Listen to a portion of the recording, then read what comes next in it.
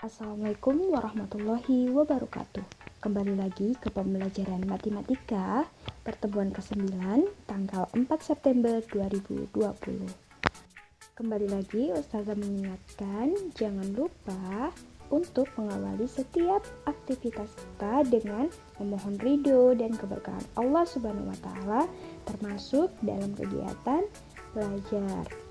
Marilah kita bersama-sama berdoa sebelum belajar dan tanamkan dalam diri kita bahwa dunia ini adalah kelas saya. Setiap hari adalah pelajaran baru dan setiap orang yang saya temui adalah guru. Jadi kita menuntut ilmu dan belajar tidak terbatas ruang dan waktu dan tetap menghargai setiap orang yang telah memberikan kita nasihat atau pelajaran setiap harinya.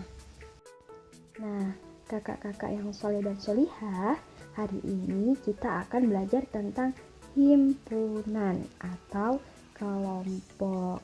Nah, kompetensi dasar yang ingin kita capai yaitu kita dapat menjelaskan apa itu himpunan dan dapat menyelesaikan masalah yang berkaitan dengan himpunan. Dan tujuan pembelajaran kita hari ini yang pertama yaitu kita dapat menjelaskan pengertian himpunan. Dan yang kedua, kita bisa menentukan anggota-anggota himpunan dan lambangnya. Dan yang ketiga, kita bisa mengenal beberapa himpunan bilangan yang sering digunakan. Oke, baik, kita melangkah pada pembelajaran pertama yaitu pengertian himpunan. Kira-kira apa ya itu himpunan? Nah, ternyata himpunan merupakan kumpulan benda-benda yang didefinisikan atau diberi batasan dengan jelas. Nah, untuk lebih memahami, coba perhatikan gambar berikut. Ketiga gambar hewan memiliki satu ciri yang sama, yaitu mempunyai jumlah kaki sebanyak 4, sehingga ketiga hewan tersebut merupakan anggota suatu kelompok atau himpunan yang bernama himpunan hewan berkaki 4. Nah, selanjutnya perhatikan gambar ketiga kendaraan berikut. Ketiga kendaraan berikut memiliki ciri yang sama, yaitu masing-masing memiliki jumlah roda sebanyak 3 buah. Oleh karena itu, ketiga jenis kendaraan ini dapat dimasukkan atau dapat dikelompokkan dalam suatu himpunan bernama himpunan kendaraan beroda 3. Nah, selanjutnya sebutkan himpunan warna yang menarik. Kira-kira siapa yang bisa menyebutkan himpunan warna yang menarik? Nah, inilah contoh yang tidak bisa dikatakan sebagai himpunan. Mengapa demikian? Karena tidak memiliki batas yang jelas. Jadi, ketika kita mengatakan warna yang menarik, maka setiap orang akan berbeda-beda pendapatnya. Nah, sementara himpunan itu syaratnya harus jelas batasnya. Jadi, ketika disebutkan dengan himpunan warna yang menarik, maka itu tidak benar. Oke, bisa membedakan mana yang himpunan dan mana yang bukan himpunan? Baik, Ibu rasa semua sudah paham ya bagaimana membedakan yang mana himpunan dan mana yang bukan himpunan. Selanjutnya, kita akan belajar tentang anggota himpunan beserta lambangnya.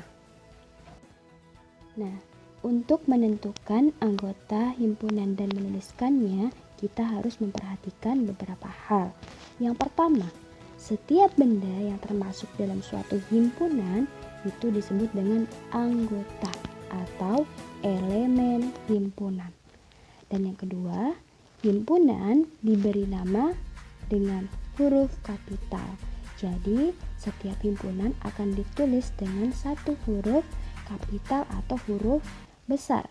Dan yang ketiga, setiap anggota himpunan dituliskan di dalam kurung kurawal. Bentuknya ada seperti di gambar. Dan yang terakhir, jika terdapat anggota yang sama dalam satu himpunan, maka kita cukup menuliskannya sebanyak satu kali saja. Contoh, himpunan hewan pemakan daging. Nah, cara menuliskan anggota himpunannya, pertama-tama kita sebutkan nama atau kita tuliskan nama himpunannya dulu. Di sini Ustazah memakai huruf kapital P. Kemudian sama dengan, lalu buka kurung kurawal dan mulai menyebutkan hewan-hewan yang pemakan daging. Contohnya singa, harimau, buaya, komodo, anjing, dan seterusnya.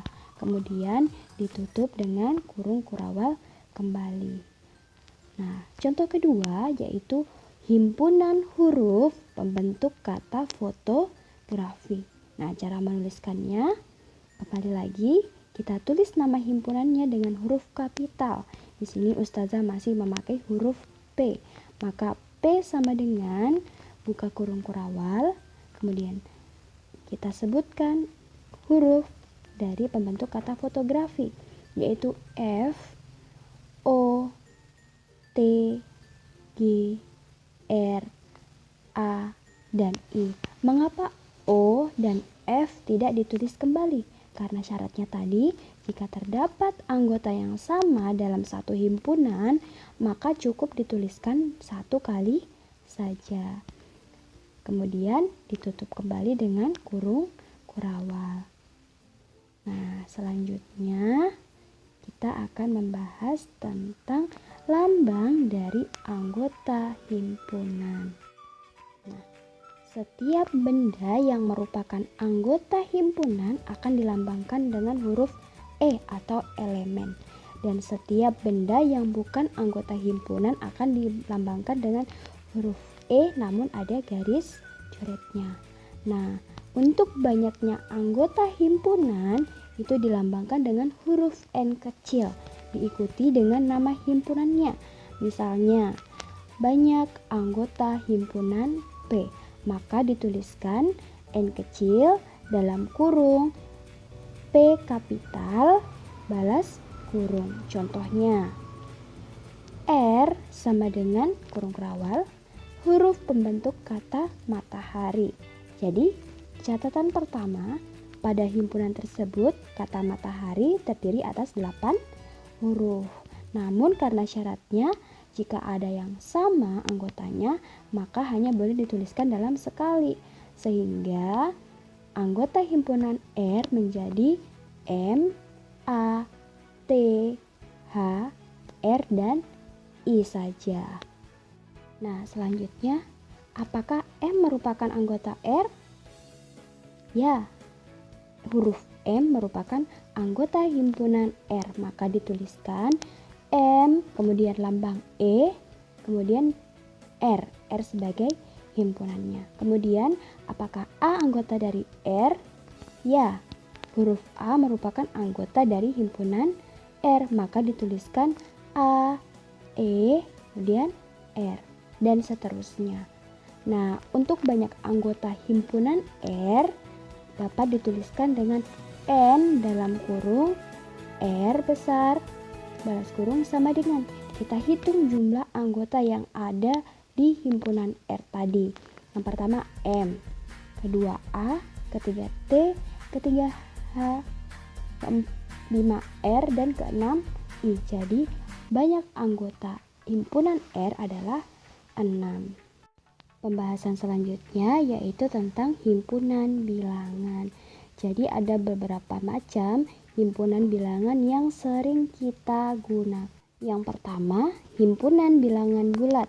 Biasanya diberi nama B kapital.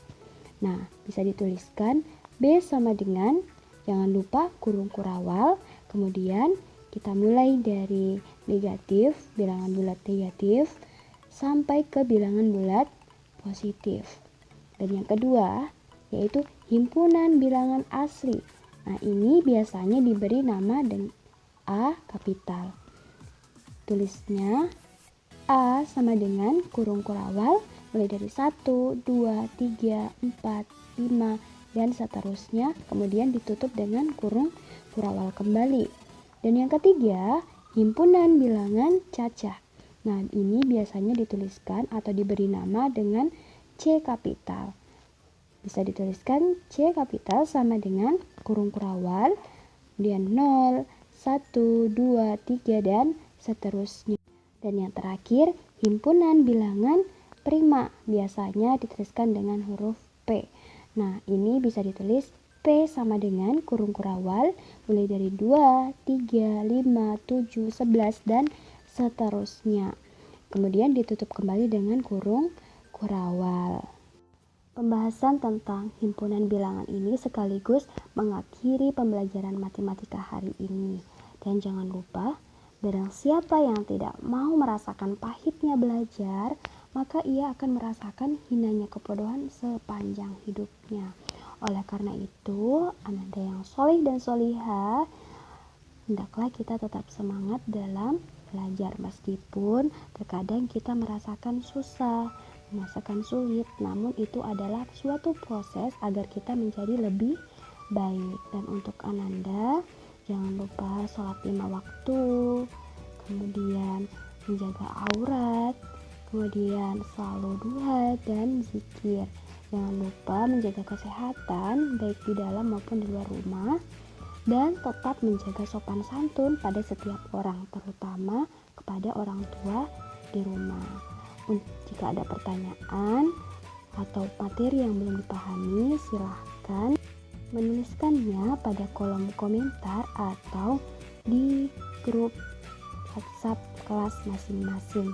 Ustazah akhiri, wassalamualaikum warahmatullahi wabarakatuh.